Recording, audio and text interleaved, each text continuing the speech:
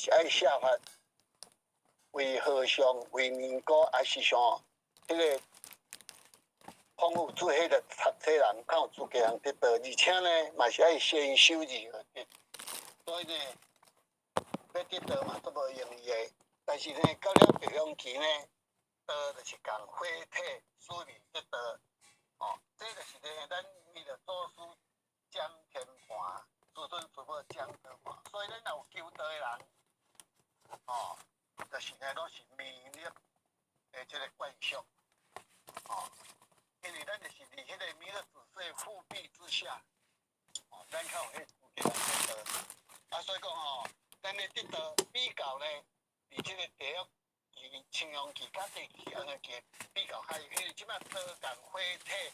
是书面得到，而且是使咱先得字而修，多先互咱得到，咱慢慢正会修持，安尼，所以就比较较容易。所以咱要修验弥勒的这个惯习，只要咱来求道，咱就是弥勒的这个惯习，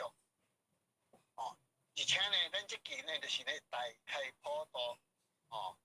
咱每一个人拢接到了这个普渡的因缘，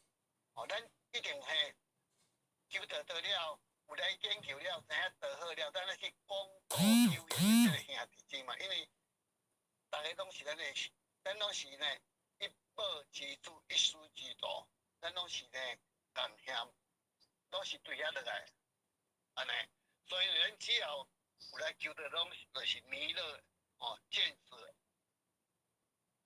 拢就是弥勒见识。所以呢，伊也呢预测有人讲弥勒见识的语言，咱即摆就是欢迎迄个沈玉杰讲师，来讲弥勒见识的语言，后面欢迎讲师好，那讲师领任，还有各位前贤大家晚上好，或许是玉姐，承蒙上天的慈悲，祖师的宏慈，师尊师母两位老大人的大德良恩，以及22前人的五大牺牲，前人复前人，还有讲师对后学的苦心栽培，以及各位前贤在道场上对后学的提携与爱护，让后学呢今天有这个机会来跟大家一起来学习这一堂的课程。后学今天要学习的题目呢是弥勒眷属的因缘嘛。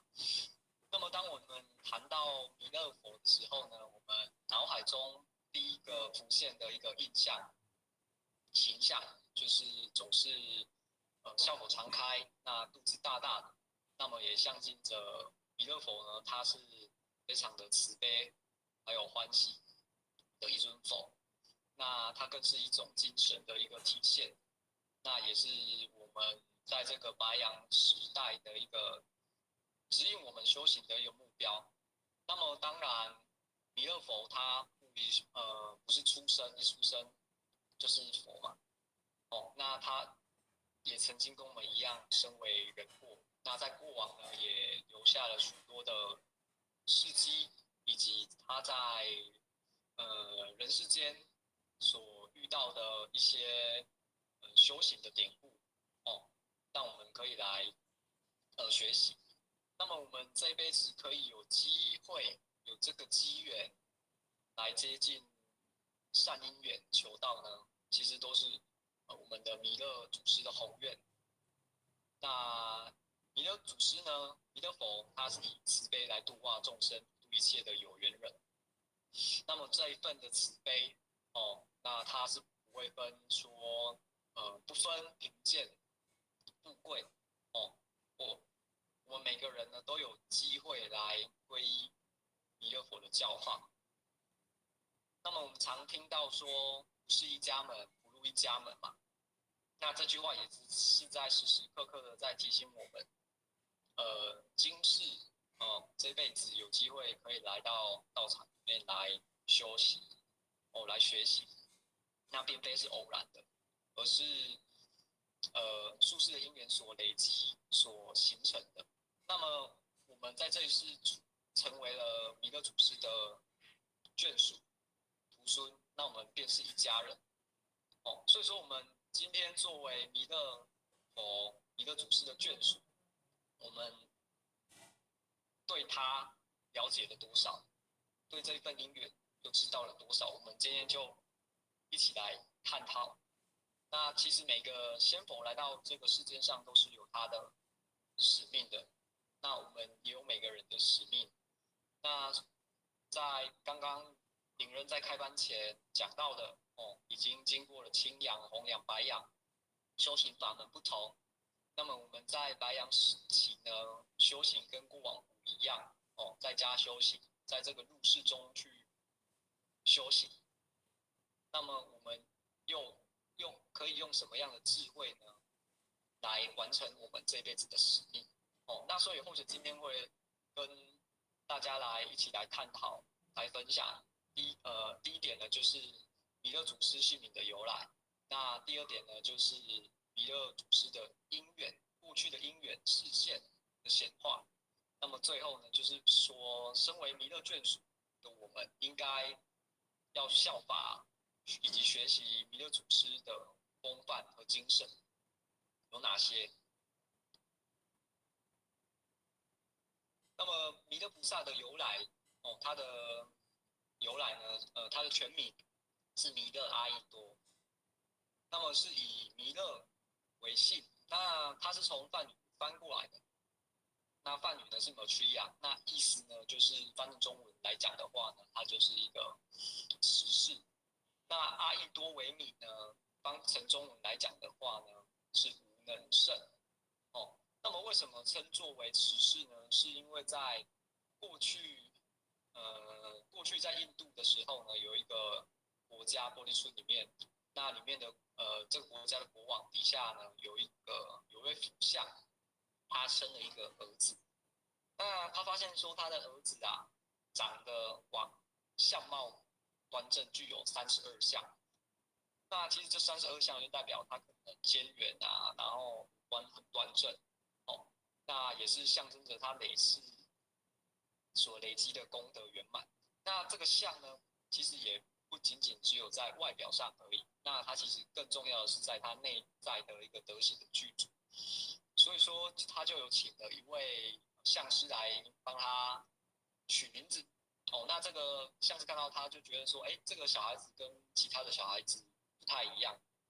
那觉得说，哇，他怎么人这么端正，然后呢具有32项。那在出生前后，或者是有没有什么一些奇怪的事情发生？那么他就分享到说，他的母亲在怀他的时候呢，他的脾气呢是原本非常的暴躁，非常的容易呢生气、易怒的。但是怀了这个孩子之后呢，他却一反常态变得慈眉善眼、温柔起来。所以后续帮这个小孩子取名呢，是取名为弥勒那么阿逸多名为阿逸多那为什么他名字叫阿逸多，然后翻过来是我们为什么会叫无能胜？那并不是因为这位菩萨他肚子大大的，然后他吃的食物比任何人多，所以没有人可以吃得了他，赢他这样子那也不是因为说他力气很大一手就能推倒大山其实也不是。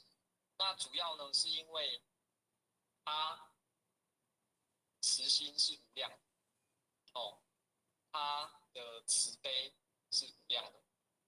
那他其实在这累世累劫里面，他一直努力的修行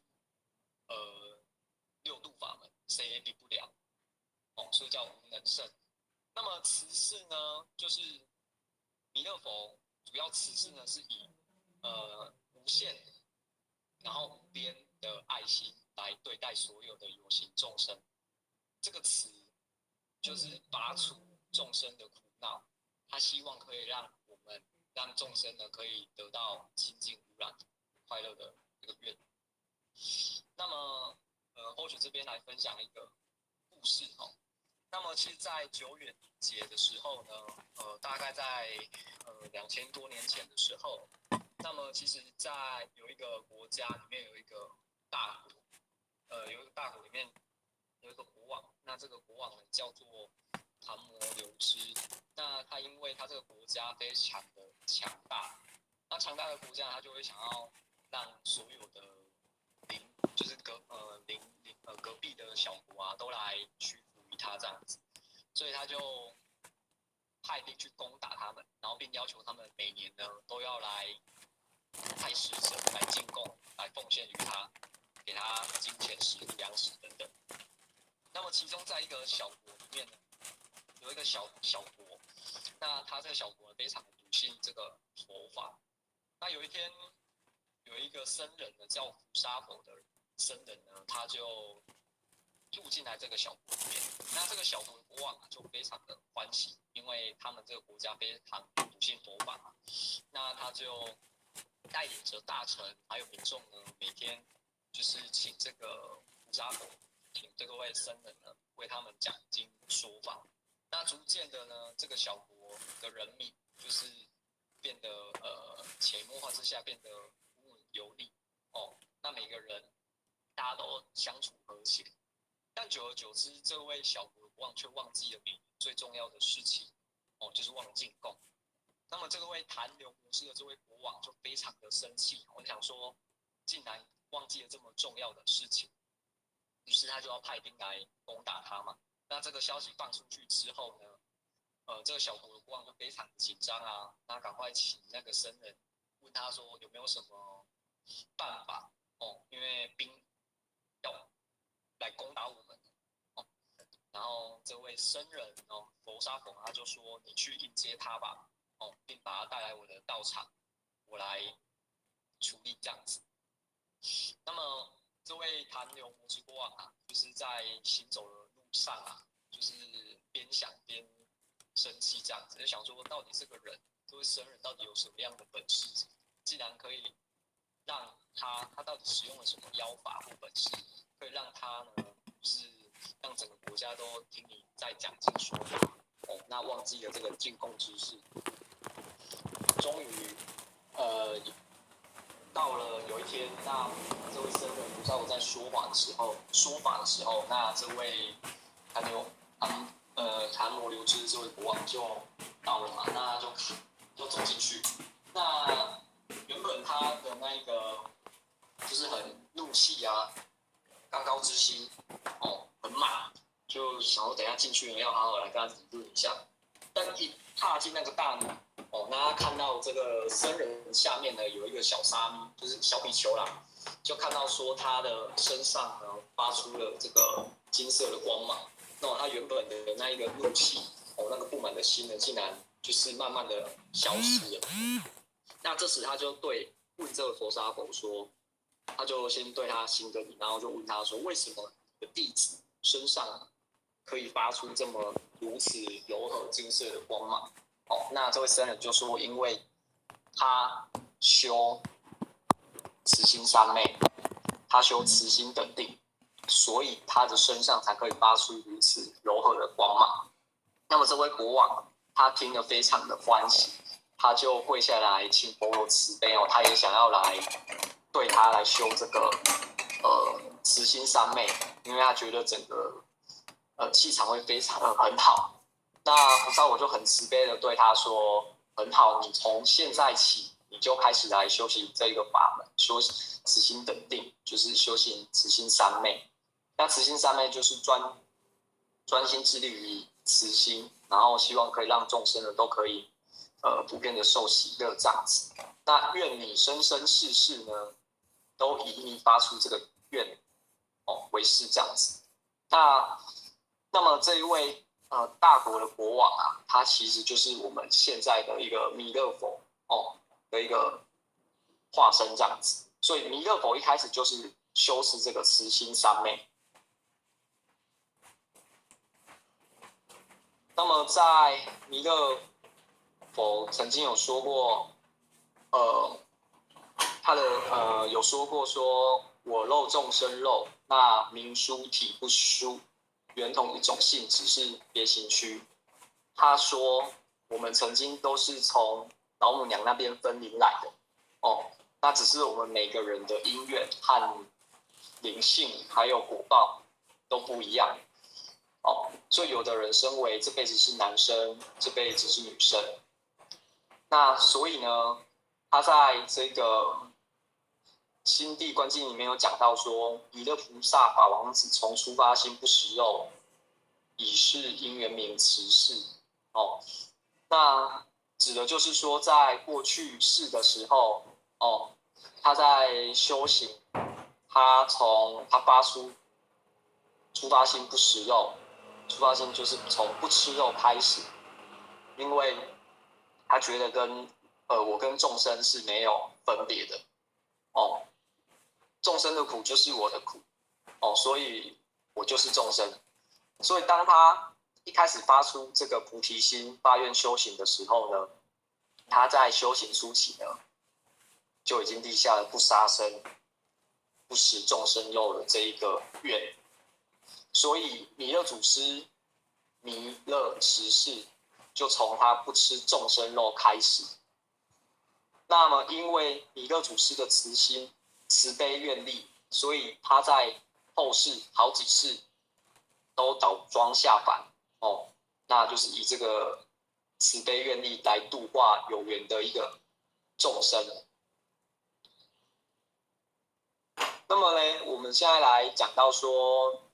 弥勒佛他在不同时期，他有不同的一个应运的一个视线。那么他在有一世呢，他是转世成为一位名叫傅大士的人。那他出生于魏晋南北朝的时代。那到最后呢，他在这一时期又被称为是善慧大师。那么其实他是出生在于一位非常平凡的一个捕鱼的一个家庭，就是渔夫啦。那么他自幼在渔村成长。哦，那么也不识字，也不知道前世他的真正的面貌是什么。那么这就是得世之谜嘛。但是呢，他跟别人打鱼的时候啊，却跟其他人不太一样。因为我们正常打鱼，就是钓竿钓下去之后呢，钓到鱼之后我们就会钓起来，然后放到那个鱼篓里面嘛。但是呢，他捕完鱼的时候呢，就像他会把鱼笼一起把它丢到水里面，然后呢，让这个鱼啊选择去留。所以旁边的人看到说，你这样子不就鱼都跑光了吗？这样怎么钓得到？那么这个傅大师他就笑笑的说，他愿意离开的就离开吧，愿意留下来的就留在这里吧。那其实在这边呢，其实他还没有开悟，但是他心里面呢却有一个慈悲的一个种子呢，其实是埋在他的心里面。哦，那么有一天啊，那个在那一个朝代的时候啊，哦，那有一位松头陀法师呢，某一天经过这个地方。哦，那发现到这一位渔夫在捕鱼的方式非常的跟人家不同，就觉得这个人来历不凡，气度非凡这样子。那么其实这位松陀法师呢，他其实也是我们认识的一位得道高僧哦，他也是达摩祖师。那他就觉得说这位渔夫捕鱼的方式跟人家不太一样。那他在旁边观察了一阵子之后呢，决定了上前来点化他。他就突然对他说，在岸边就突然对他说：“你可知道自己曾在弥勒祖师座下发下大愿？哦，那在这个弥勒净土中呢，还有你我的一波，而你如今却在这边每日的捕鱼。哦，那不醒悟，那何时才能回头？”那这番话呢，让这个傅大师啊听的就是一头雾水，满脸困惑，就是他的头上就是冒了很多的问号，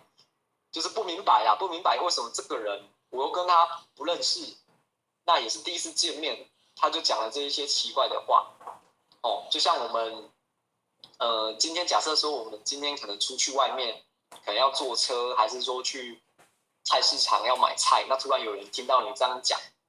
你是不是也是会满脸有点疑惑吼？所以说，这位那个松陀罗法师啊，他就是看到他就是有一点脸就是心生疑惑啊，便引导他走到水边哦，让他去看一下水中的倒影。那么他就发现到说，他的头上就是水影显现起来之后，他发现到有一个道柔和的圆光。那么其实这个圆光通常都是可能是有菩萨或者是圣者才会一个显现。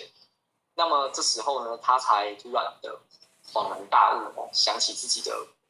本愿，他自己的使命是什么哦。那么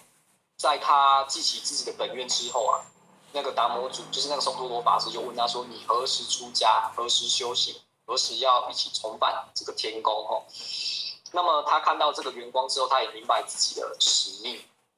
那么他就说了一句：“荣辱之说，钝铁多，良医门前病人多。”哦，那他深知他知道自己的使命呢，并不是说要出家去远离这个尘世这个红尘，而是他选择就是留在这个俗世中啊，来度化所有众生，所以他决定选择在家修行。哦，那精进不懈。那么这个荣辱之所，钝铁多，就是在讲说，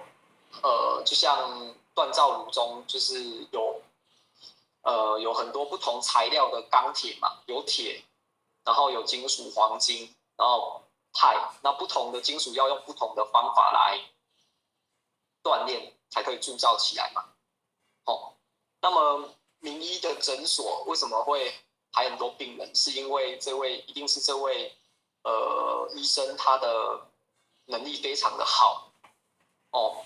医术非常的高明，所以大家都要抢着来排队来给他看。所以说，越专业的人呢，越厉害呢，他会碰到更多的问题哦。所以说，一个真正有能力的人，一定会遇到很多的挑战，甚至很忙碌。那么在傅大士的觉悟中啊，其实也是也是让我们会联想到了在六祖慧能大师里面，他听到了《金刚经》阐述的一句“因无所住而生其心”。那因无所住呢，就是在讲说我们人不应该被世俗的物质和现象呢去迷惑我们的本心，也不应该对它产生过多的执着。那而生其心呢，就代表说，如果我们可以从执着内心的执着解脱出来之后呢，我们便可以生出正直之心。那么这个无所处，或者觉得蛮有意思的是说，住我们其实不就是这个无所住？我们有地方住啊，我们不就是住在这个台湾，住在台南哦，那住在台北哦。但其实这个住呢，其实他在讲说我们是住在这个六层的一个色声香味触法里面哦，住在了我们住在了欲望中，住在了执念中哦。那我们住在这个里面呢，就等同于我们住进了一间非常非常不安全的海沙屋里面。海沙屋就是我们通常就是讲的那个用一些盐啊，然后掺一些混进去那混凝土里面，然后可能很早期的时候，就是有这样的房子出现，导致发生地震的时候呢，这个一晃，屋子就倒了嘛。所以说，假设说我们的心一直住在这个欲望、贪心、贪念里面呢，当我们遇到了困境，当我们遇到了考验的时候呢，一晃呢，我们这个地基就不稳，就倒了，有可能会做出不好事情，可能或者是自己可能就被考倒。所以说，我们的心不要有所住，这样会不安全、不安宁。我们而是要学习无所住。那么这个住呢，就是住相嘛，就是我们眼睛所看到的哦，那耳朵听的、闻的，鼻子闻的，哦，那舌身，然后还有头脑感觉。那这些呢，如果一直我们感受到的一些不好的事情一直留在心里面呢，久了之后呢，就会去常驻在我们心里面，就会变成着相。那么我们因无所住，就是告诉我们说，我们内心的一些起心动念不要住在这个里面。就像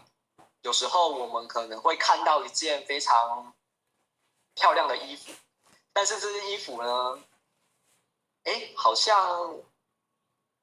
没有很贵，但是我自己有需要吗？然后就在那边烦恼哦。那从早上看到这件衣服，那到晚上要睡觉前还在心心念念的想着这个衣服，或者是说，当我们耳朵听到了这个闲言闲语，甚至呢，听到这个话呢不好的话呢，你就会往心里面去记着哦。那甚至你都没有听到这个，你都没有亲眼看到这个人有没有当场说出这样的话，你就会往自己的心里面去想。那我们的心，那我们到底要住哪？我们其实就要像太阳、像月亮，就是住在就是在天空上面，就宇宙上面，就是因为很空旷嘛。那么其实就像佛陀一样，他的心都是保持着无所住，没有执念和妄想。但是呢，后学是在思考说，哇，那是仙佛的一个境界，我后学可能现在还没有办法去学习到仙佛的这样的一个精神。哇，看到想要的东西还是会想买，但是看到一些不好听的话，后学有时候还是会往自己心里面去。但是呢，我们要学习练习什么？就是让这个住的这个时间，这个不好的这个住啊，就是在我们的心里面的时间停留久，不要那么的久，让它短一点。就像看到一件很喜欢的东西，或许会开始去练习说，这个东西是我生活上需要的吗？这个水瓶我真的已经那么多水瓶了，我真的还用得到它吗？哦，那么或者是说，当别人听到在讲我们话的时候，我们是不是可以去练习着去过滤别人的说法？就是我们往好听的地方去听，那不好的呢，我们可以自己过滤。好，所以说心有所住呢，就是住在心有所住的话，就是会不安宁、不平静。那无所住呢，心无所住呢，这个心无就是少计较、少比较，这样子我们的心就是可以随喜随乐。那么在悟了之后呢，我们就是要从中去行嘛。哦，就像那个五祖弘忍那时候要传给六祖的时候，他传给他衣钵，那时候他不是还有要赶快连夜在半夜的时候跑走嘛？那时候后学在想说，哇，连那个时候，佛法那么兴盛的时候，在周围的人们呢，都有一些嫉妒和障碍，那何况我们现在在这一世呢，一样也会遇到这样的一个状况。哦，那么他并没有逃离之后，他并没有就是可能躲到山洞里面去修行，而是他在他入世来修行。他入世跟一群猎人一群猎人队，然后在里面呢先避避风头，那修了15年。那他在这里面呢，也是去学习修行他6度哦。他在环境里面不会因为他已经得到了哦，那就高高在上。他也是在里面帮忙做事情，那待人接物，那其实也是在奉行说他在学着行帮助解，解帮助行。哦，因为我有这样子，如果假设说我们只有行却不知道道理，不知道方向，我们这样子就会可能是没有目的的在修，没有智慧的引导，我们也很容易就读到不对的观念、不对的知识而走偏。那么这个解就是说，如果假设我们只有理解，我们读了很多经典、佛经，但是不去实行、不去实践，那终究就只是空谈。所以六祖他在这15年当中呢，就是把这2件事情呢知行合一给融合起来这样子。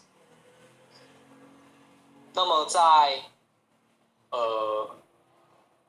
悟大师他后续的时候，他就是觉悟了，那他也很精进的修行。那么他的德性啊，在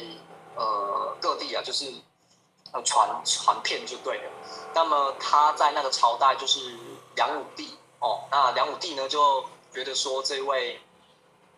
修行者，他觉得他很厉害哦，他修行极好，想要召见他来跟他请教，他修的到底是什么样的一个佛法法门哦。所以说，当他召见他进来的时候呢，其实梁武帝就问他就看到这个人就很奇妙，因为呢，他就问他说：“哎，我看你好像他就问他说，你是在佛家里面修行吗？不然你怎么穿着袈裟？”那傅大师说不是。那他又问他说：“你是道士吗？因为我看你叫我带着那个道冠。”哦，那他也摇头说不是。那最后他就问他说：“那你是不是方内之士？”哦，那他也说不是。那他就说你到底是在哪一个法门修行？哦，那你不是和尚，也不是道士，那也不是方内之士。那说你到底是修什么？哦，那么后来这个傅大师他就做了一首诗来阐述这一段话，他其实也是在提醒，就是说他就是道观如履是袈裟嘛，何谓三家作一家？他其实在讲说，也是在提醒说，那个不要去执着外在的一个形象与形式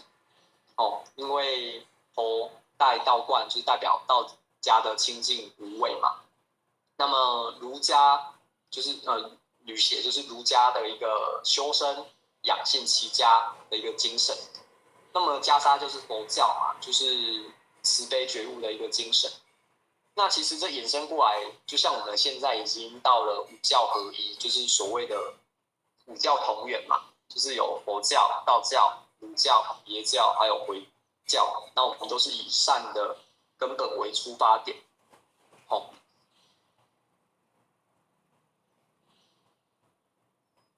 那么接下来呢，在这一世啊，这个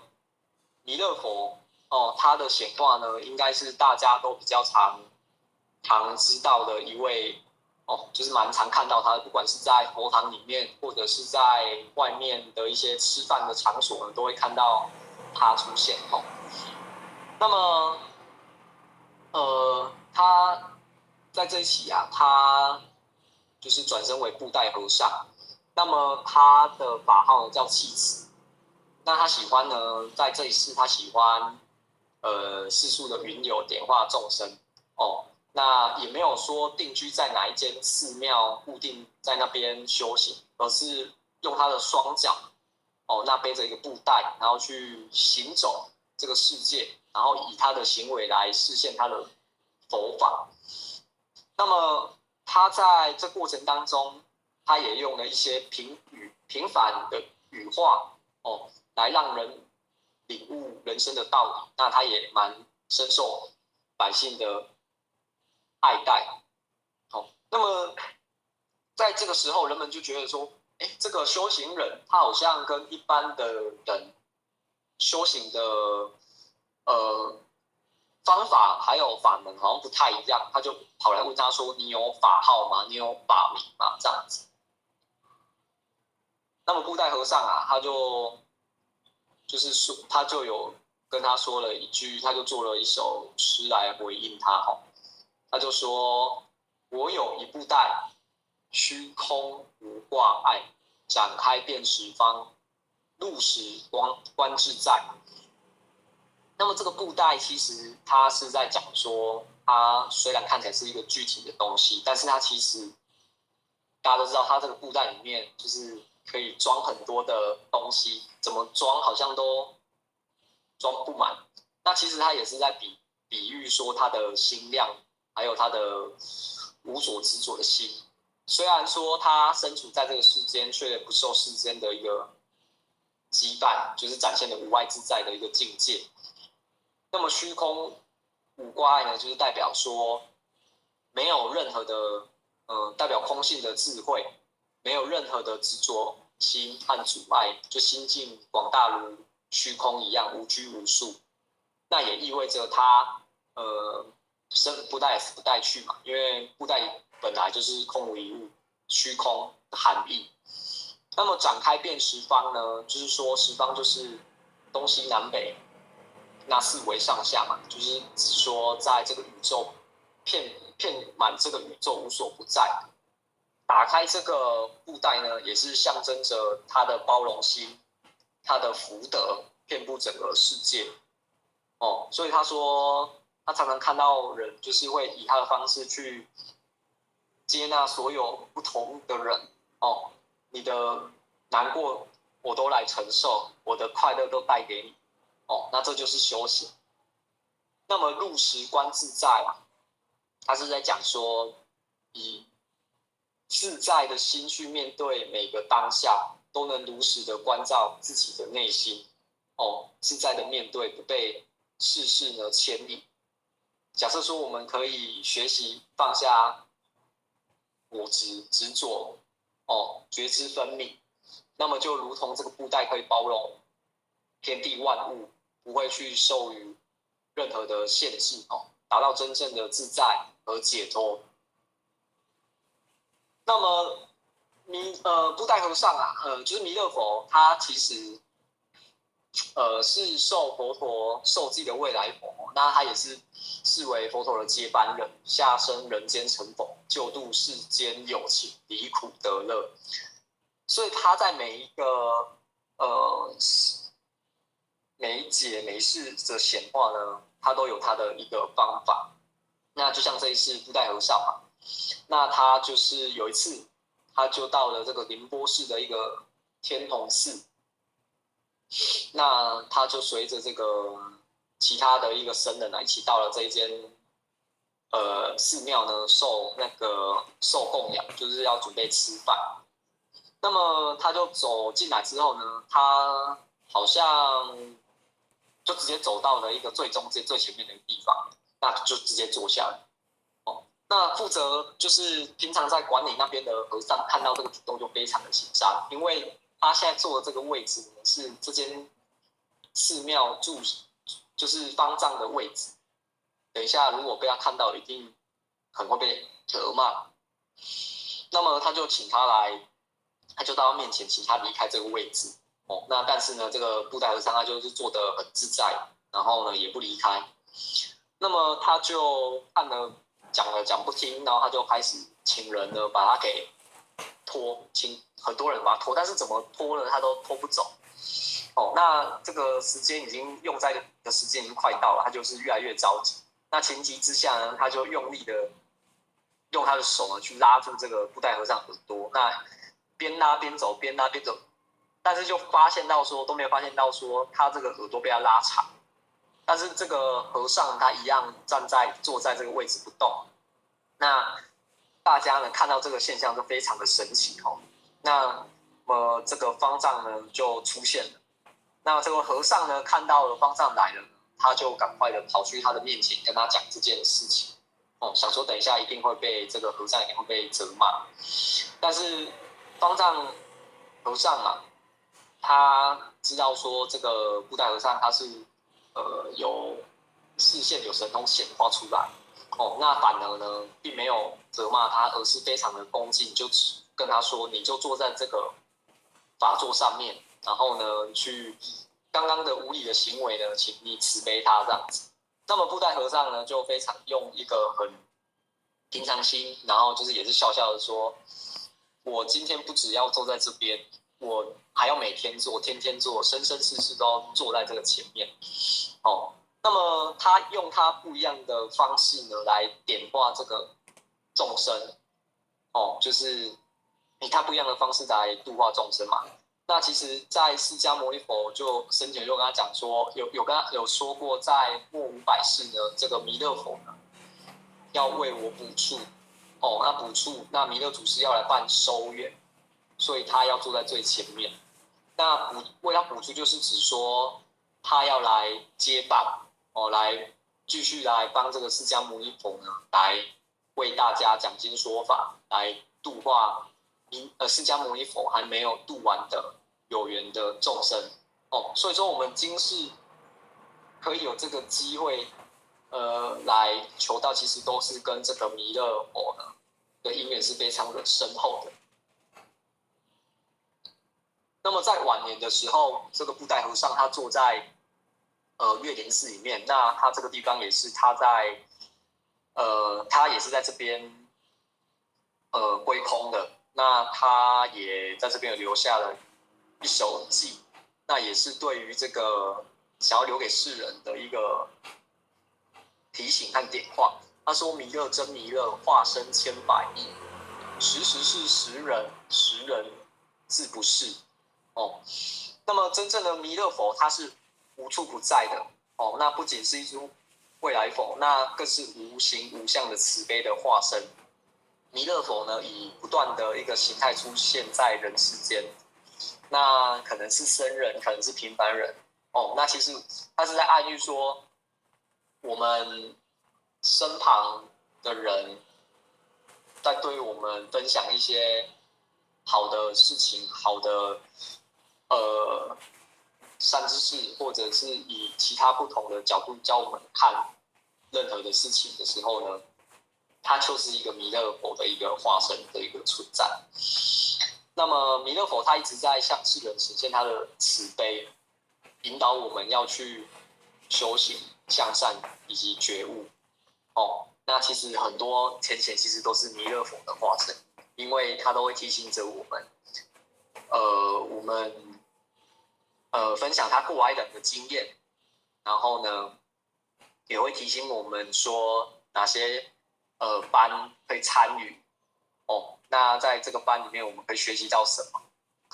那么时人自不是，是因为大多数的人，因为有许多的累世的无明和执着哦，那比较未能认出弥勒佛的化身。那在对于他的传递这个智慧与教导的时候呢，可能会稍微慢一些，或者是因缘可能还没到哦。那么其实最主要的这一首寄语是在提醒我们说，我们弥勒佛一直是在我们身边的，他只是以不同的方式存在而已。但是我们现在的我们是不是有足够的智慧来去辨别，然后领悟？这就是考验我们个人的智慧了。所以说，有一个后女这边分享一个小故事，就是说有一位修行人，然后呢，他在以前他就是发愿要修行这个慈心三昧。那他想要修这个慈心三昧，主要是因为他想要来亲眼见到这个弥勒佛，他想要真正看到他出现在他面前，然后请他为他慈悲指引。那么，所以他放下一切世俗，然后到了深山去修行。那闭关了3年、4年、5年过去了，弥勒佛呢始终没有出现，他就觉得是不是我诚心不够，我的修行不够，我的苦行不够，所以他决定再修3年、6年，转眼间已经过了9年过去了，但是他都没有看到他，他就觉得非常的失望。他觉得可能是他这辈子的先前的业障太重，他没有办法感应到仙佛的慈悲，所以他就无奈的下山了。那他在下山的路上啊，他就看见了一件母猫，就是躺在旁边。那他看到它就是整个都病恹恹的哦，那身上还有很多的伤口。那他心生怜悯，就将这个母猫移到旁边去，然后为它清理伤口。那当他全心全意在照顾这只母猫的时候呢，他忽然间发现眼前的这只母猫呢，就是变成了弥勒佛出现。那么其实这个故事是在跟我们讲说，弥勒佛并不是在禅定，或者是我们要亲眼看到他，看到这个像，我们才来相信哦，而是当我们真正可以发自自己的内心，升起这个慈悲心来帮助众生的时候，其实你当下就是跟弥勒佛最接近的一个状态。就像后学有时候会搭火车，那有时候会遇到一些可能在路旁的一个乞丐，或者是不一定，就是有一些卖口香糖，还是说行动不便的人，有时候后学就是会稍微的一些布施给他们这样子，虽然不多。那么其实有时候就会看到有人说，这些都是会听到有人说这是在骗人的，或者是说他可能只是在那边装的好手好脚。但是这就是我们愿意去在学习仙佛的精神，就是培养慈悲心的一个练习。那当然，我们不一定是只有布施啊，就是说，当然看到有需要帮忙的事情，我们是发自自己的内心，自己自愿的那一颗心想去做这件事情的时候呢，我们的慈悲心才会慢慢的培养起来。那培养起来之后呢，可以去抵触我们的抱怨心，我们埋怨的心。所以说，当我们可以累积起来，那常保持着知足的心呢，去除争胜的心，那其实我们就可以慢慢的去以平等的心来面对所有的众生，平等心来对待一切，就不会有分别之念这样子。那这样佛性就会慢慢的在我们的心里面呢，慢慢的去发芽。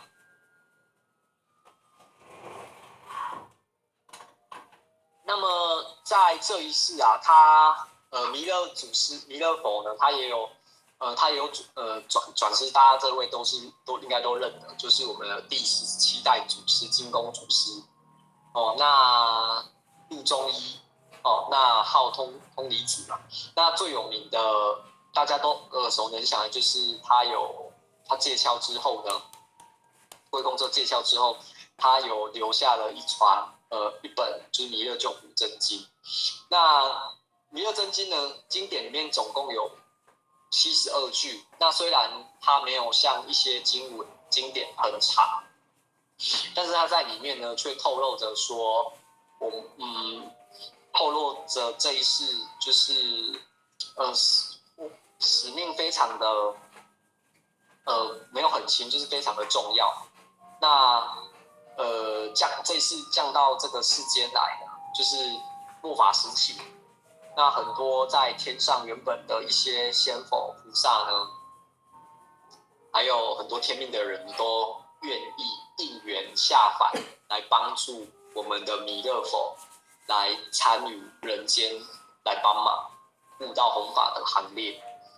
就是说满天星斗都下是五方列仙下天宫，那大家都聚会在这个人间，我们现在就聚会在这个人间，所以我们现在在做的事情就是帮助弥勒佛。那么接着下来，我们就是来讲一下说这个眷属因为我们身为弥勒眷属，这个眷属的含义。那其实在历代以来，弥勒菩萨他就是以慈悲心来发大愿，他都有宏愿来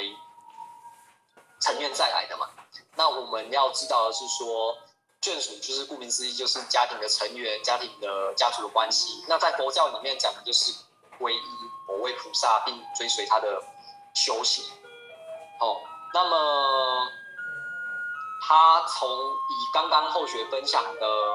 弥勒佛，他在每一个阶段的视线，有可能是人，有可能是动物，他都用他的一个方法，还有一个法门，让我们来醒悟。所以说我们跟弥勒祖师的因缘真的很深很深。那所以呢，我们今世有这个机缘，有这个根基，来跟着我们的弥勒祖师来学习，来当他的眷属。这份因缘，我们要效仿他的精神。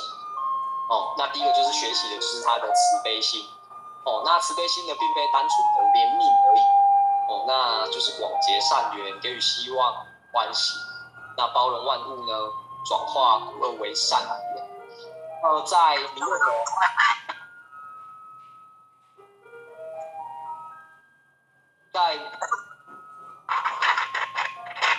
在弥勒佛发愿的时候呢，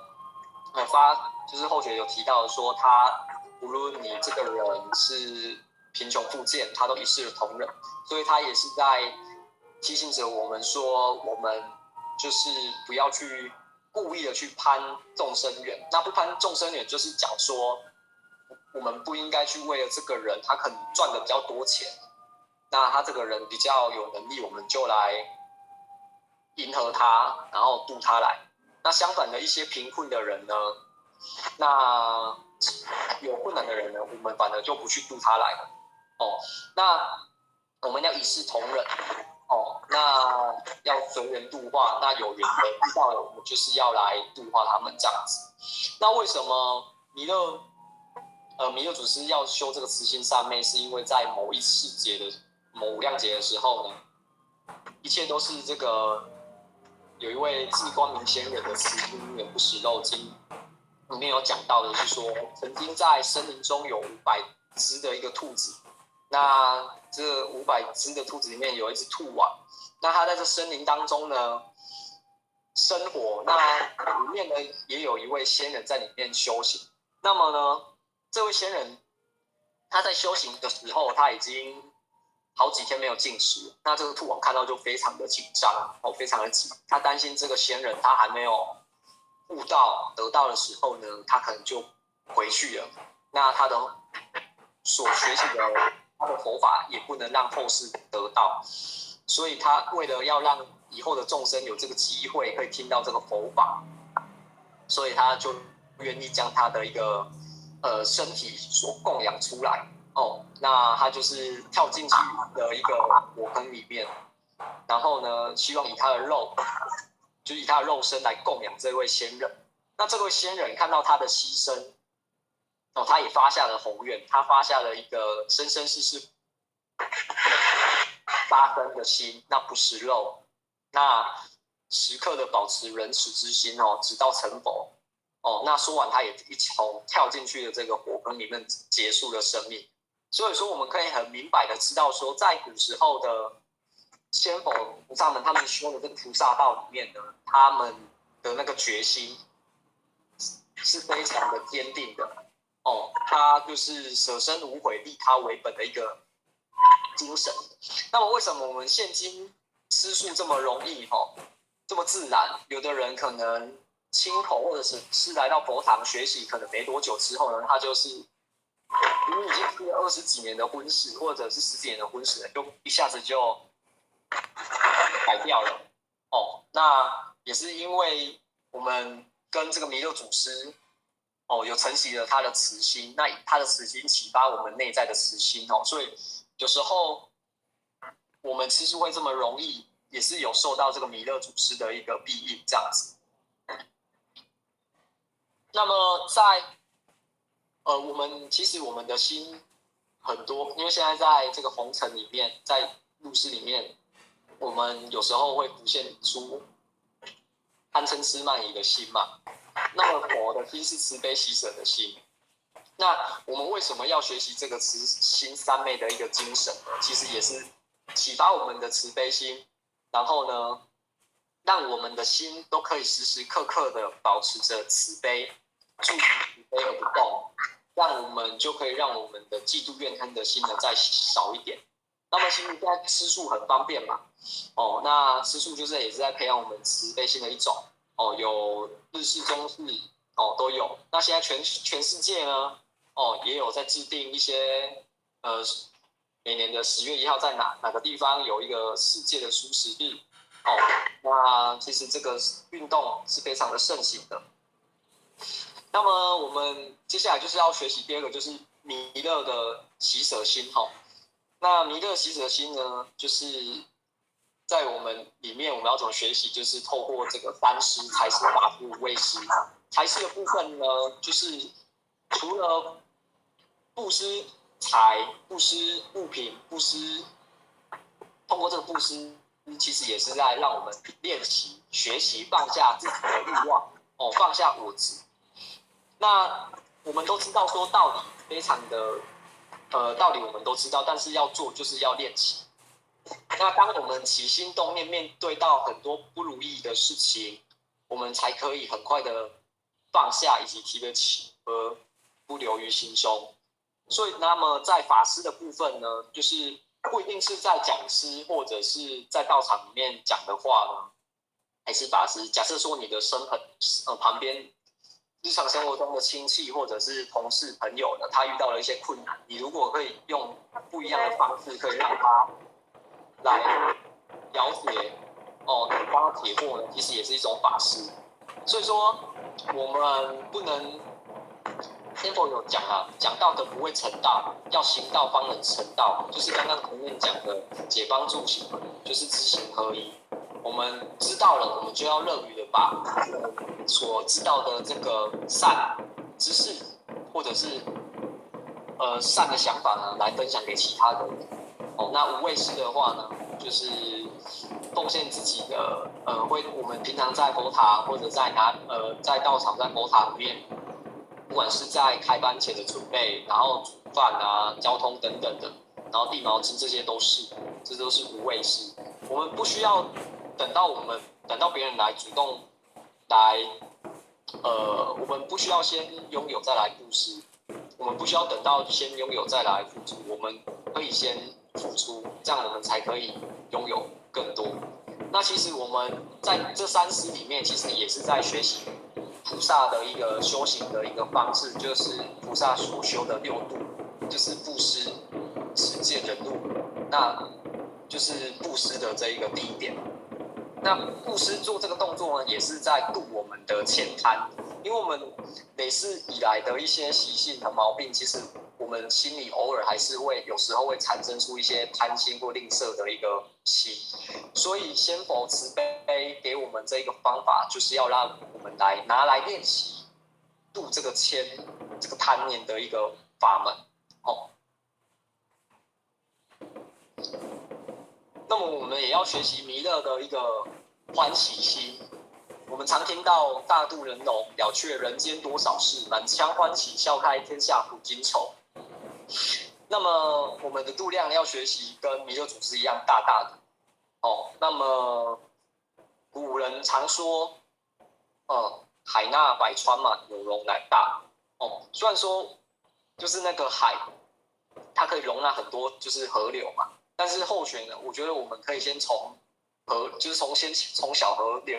开始练习，就是那个水量不要太大，我们先从小的开始练习。那这个容啊，它就是大家看这个容这个字，有容乃大，这个容它其实就是一个象征一个屋顶，一个包容的一个空间。那就是也是在提醒我们心胸要宽广，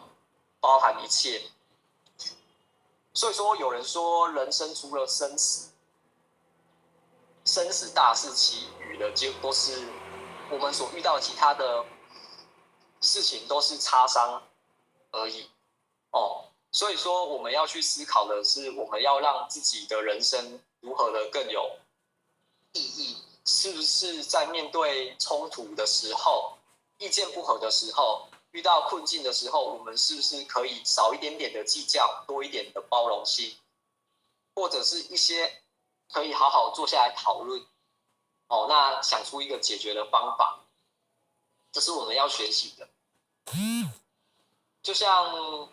我们看那个弥勒佛笑口常开嘛，那在他那个状态，其实就是一个无我相的一个状态，就是不要有我啦。因为我们很常都会觉得说，我觉得你怎样，我觉得我想要的是什么，我们都会把这个我给放大，放很大。那我们要练习把这个我呢缩小，练习缩小一点点。因为当这个我变大的时候呢，我们就会计较短视近利，我们的主观意识就会非常的强。这样子呢，当我们处于在这个状态的时候呢，我们要怎么样的去帮助其他的人？我们连自己都帮助不了。那么有一次，这个弥勒这个布袋和尚他在接受了一个农夫的供养，那他就是为了这个农夫做了一首偈。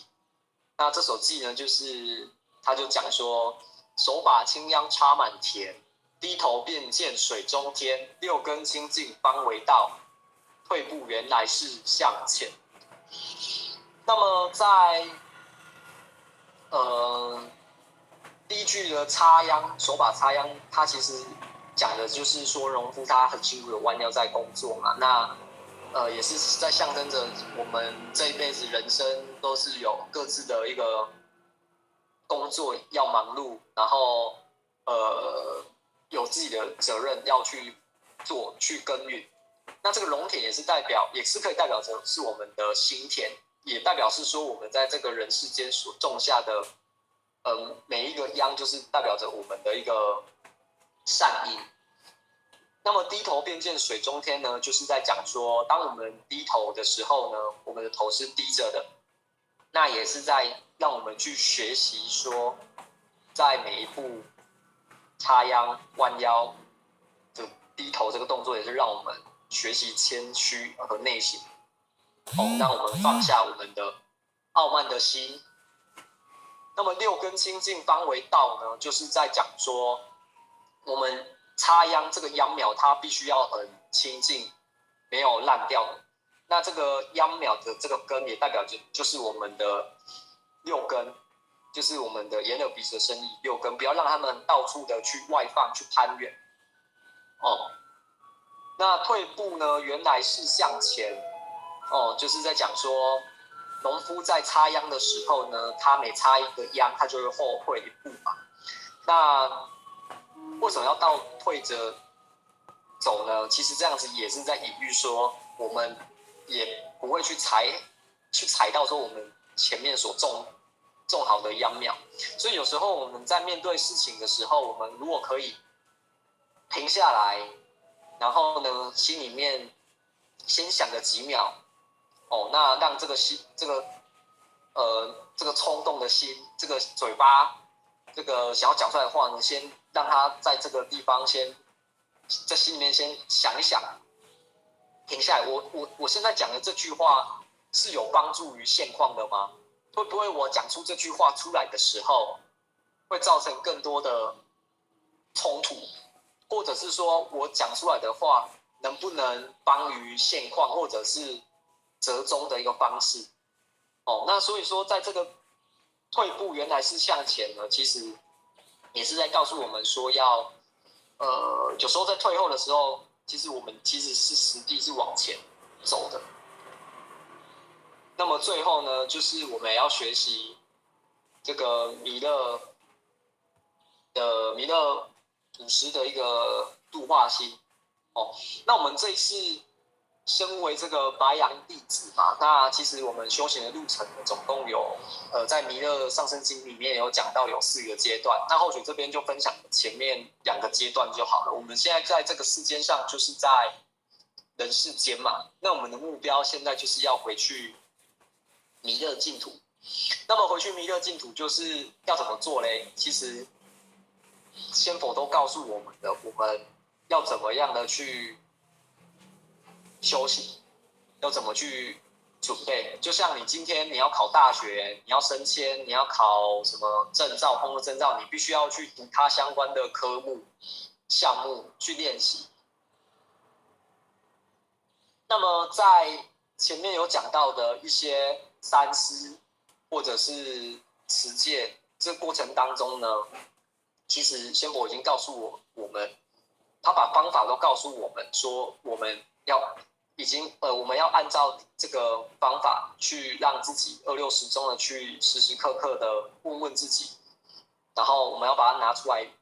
练习，那好好的培养这辈子有限的生命里面的一个善根，累积福德。因为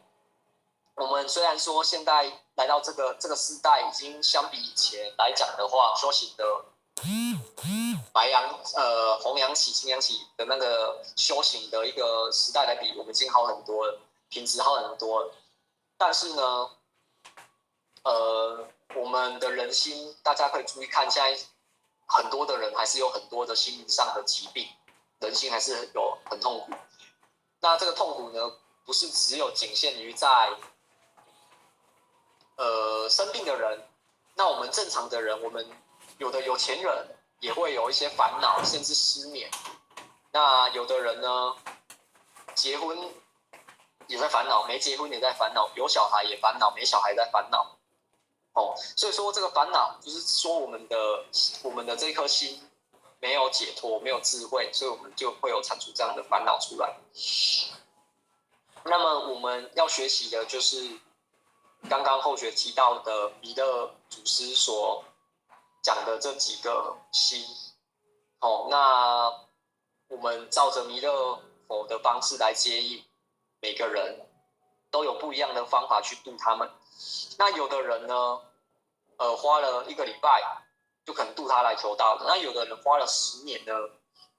还在努力中。那其实我们最重要的就是要帮助弥勒祖师来让这个娑婆世界呢变成莲花邦。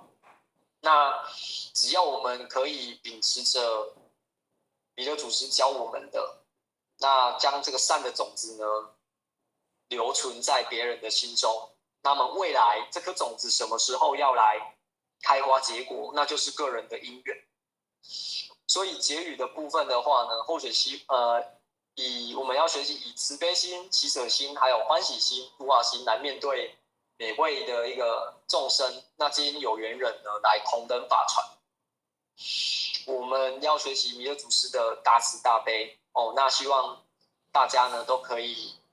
每天像弥勒祖师一样笑口常开哦。那可以跟更多的人来结缘，然后来行道、修道、弘道。那么后学今天呢，就是学习到这边。那么在课程中呢，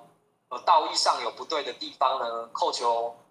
仙佛的慈悲赦罪。那如果有偏差的地方呢，请点完师领任还有各位浅显指正。谢谢大家。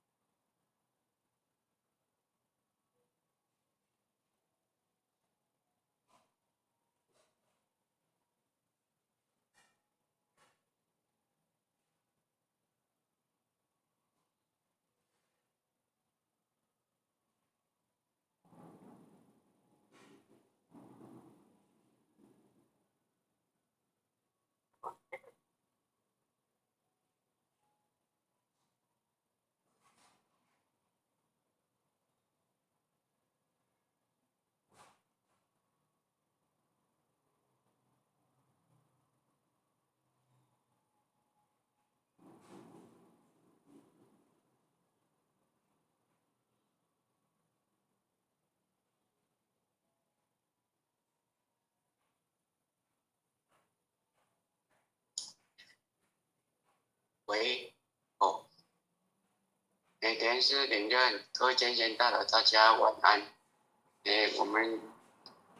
今天非常感谢一节讲师跟我们分享了弥勒眷属的因缘。我们知道说弥勒祖师呢，来这个娑婆世界呢，显化应用，让我们去了解。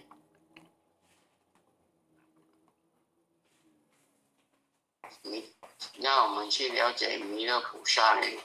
来示现在人间哈。那当然，在我们一节讲师讲课的过程当中呢哈，不晓得各位先生呢有没有对里面的内容比较有印象的哈，或者是听到一节讲师跟你们分享了，人生除了生死呢，其余皆是擦伤了哈。这一句话呢，真的应用在我们的日常生活当中，不管是你遇到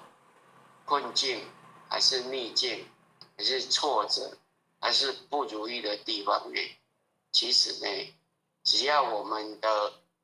生命还在呢，其余呢都不重要了哈。或许对这一句话呢是感同身受哈。因为在我们的日常生活当中，如果我们没有培养了我们的慈悲喜舍的心，如果我们常在比较计较中过去的话呢，我们在日常生活当中呢就会过得比较不如意，烦恼也会比较多了哈。当然在一节讲师跟我们分享了慈悲喜舍呢，或者是看到老师跟我们慈悲的说，什么叫做慈啊？慈呢，就是给人家信心，只有奉献没有条件的叫做慈什么叫做悲？就是给人家希望，只有牺牲没有自己叫做悲。什么叫做喜？就是给人家欢喜，只有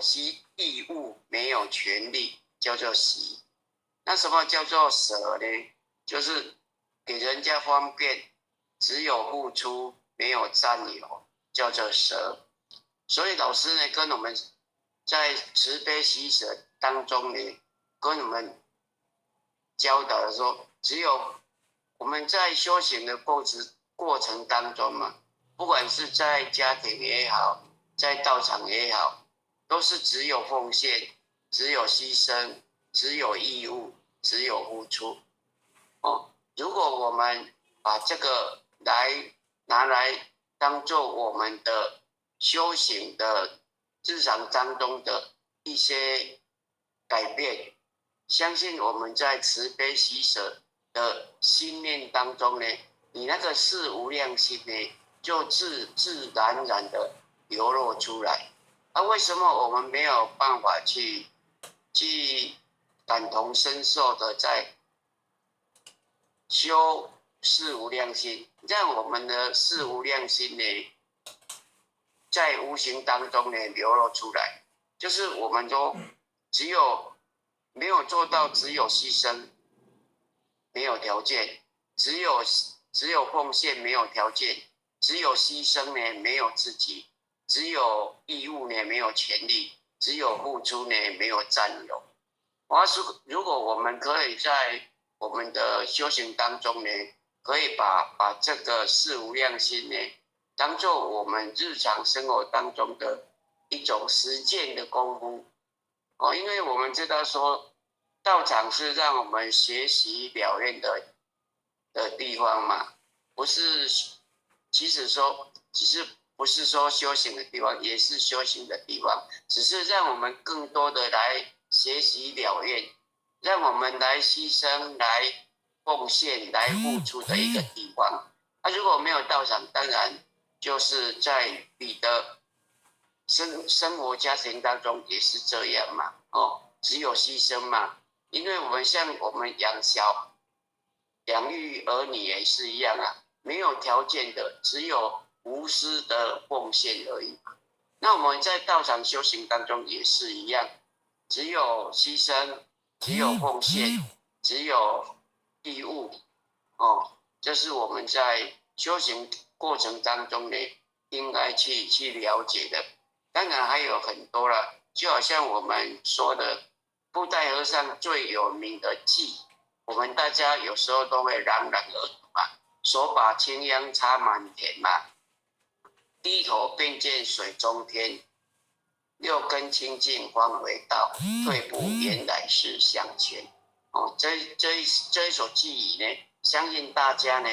有时候都会朗朗上口，但是真正的去了解里面的内涵就有所不足。所以我们今天可以来重温为什么六根清净方为道，因为要达到六根清净真的是不容易了，因为我们的六根就是眼耳鼻舌身意，眼耳鼻舌身意呢，其实六根呢只有一根，那就是我们的意根，我们都常常都用我们的意根在做主，没有用我们的本心在做主嘛。如果我们把六根不着相，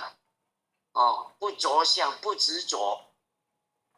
才能够不执着而能够放下的话，那才能够达到清净，那才能够达到清净，那么就离道不远了，就是或许对我们今天一节讲师跟你们分享的一些内容，或许做一些简单的报告了今天非常感谢一节讲师跟我们分享的弥勒见识的因缘，让我们了解说，以前弥勒佛生生世世来到人世间，他都是在度化的工作嘛。而我们今天身为一个弥勒眷属，我们就是要继承我们弥勒祖师的一些精神，效法他度人的精神。所以我们在修行的过程当中，一定要修道办道嘛。办道一定要度人，度人的功德也是最大嘛。所以呢，我们就不要怕开口，只要你有开口就有嘛。所以我们时常说，嘴拿亏得轻的亏大堆嘛，就是我们没有把道德殊胜跟好处跟尊贵，把它分享给我们的朋友亲戚，让他们也可以得闻嘛。因为时间的关系呢，或许就简单报告到这里。感谢一些讲师呢，跟你们分享了弥勒见识的因缘。我们留一些时间呢，让点的师来跟我们慈悲。好，谢谢你。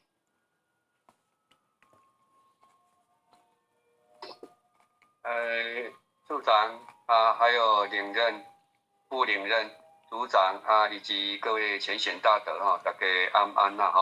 今日呢真正感谢咱义节讲师呢非常的慈悲会使讲年轻有为啦小小的一把年纪呢有法度甲这个弥勒观想呢这个因缘，那当然伫这个因缘呢内底呢会当甲伊讲甲非常的这个详细会使讲是难能可贵道理呢嘛分析了袂歹啦当然借着咱义节讲师慈悲呢来甲咱做一个开示大家做伙学习的这呢咱必定会当互咱对有了解，咱得到这个弥勒法门伫这三朝普渡大道普渡度神度人度鬼呢这个因缘当中呢，互咱更加会当去甲伊了解当然伫这个三期目犍呢，白羊的应运是咱弥勒佛伊来承接我们释迦牟尼佛的那一种的薪火相传下来所以讲呢，咱这次伫这个弥勒祖师的应运弥勒法门当中，大家拢会当来得到，会当修行学道嘛会当希望呢，既然会当得到了后呢，咱会当好好借着这个面的法门呢，好好来修行。那当然对于了着咱弥勒祖师呢，伊的这个应运，嘛会使讲是倒装下凡，拄讲师嘛有讲，五方列仙下天宫嘛，所以讲呢，伫这个满天星斗多下是五方列仙下天宫的当下，咱大家嘛是倒中下凡，要来帮忙了着弥勒祖师，咱师尊师母呢，来办理着这个佛号一族。那么办理这个佛号一族，也就是讲，伫这个末节年当中，先讲这个道，然后业，正来讲下。所以讲，伫咧讲这个业的以前呢，上天不忍心玉石俱焚，所以讲呢。那先讲这个道来度化有缘，咱今日既然得到道，嘛是最后一处的这个普渡期，那咱今日呢会当学着弥勒祖师的精神，来度化了着众生，来度化众生，安尼呢，咱会当符合了着咱弥勒灌输内底。弥勒祖师伊的自心悲愿啦，咱嘛会当照着安尼，伫这末节人当中呢，经过修办呢，咱会当来建功立德，所以讲起来呢，咱伫即处内底，为虾米咱毋免禅定？因为咱禅定的当中呢，有可能你袂做做，你就是讲守好自己。守好自己，你不会造下恶业，毋过呢，你袂当了业，袂当了业啦，因为你要服务众生，你是修好着家己，所以讲你袂当了业，也就是你没办法来了掉6万多年来的业力，所以讲咧，咱即届末节年当中，虽然毋免禅定。但是咱嘛是较多咱讲师讲的，咱爱有自心，有自心的悲愿，对有了着内在的修行呢，咱嘛是一定爱的，嘛是爱，袂当讲干那打帮助道就修，袂当讲干那修就修，你无打帮助道，兄弟姊妹呢，伊无多人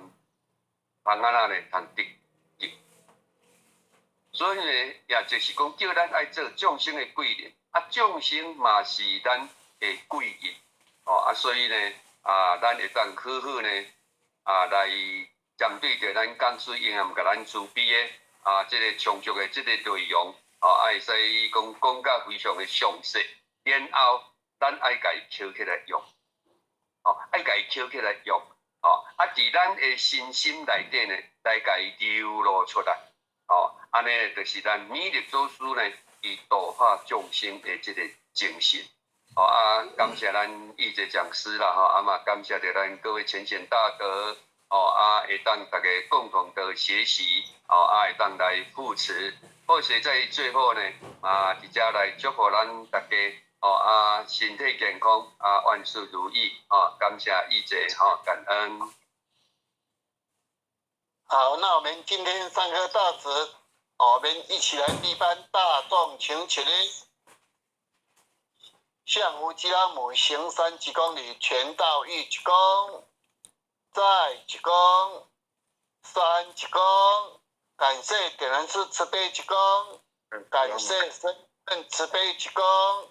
感谢讲师慈悲鞠躬，坤道一鞠躬，再鞠躬。三鞠躬，感谢点燃师慈悲鞠躬，感谢神领任慈悲鞠躬，感谢讲师慈悲鞠躬。好，大家读经见。好，晚安，大家晚安。晚安。感恩啊，点传师啊，感恩灵人啊，感恩前贤们啊。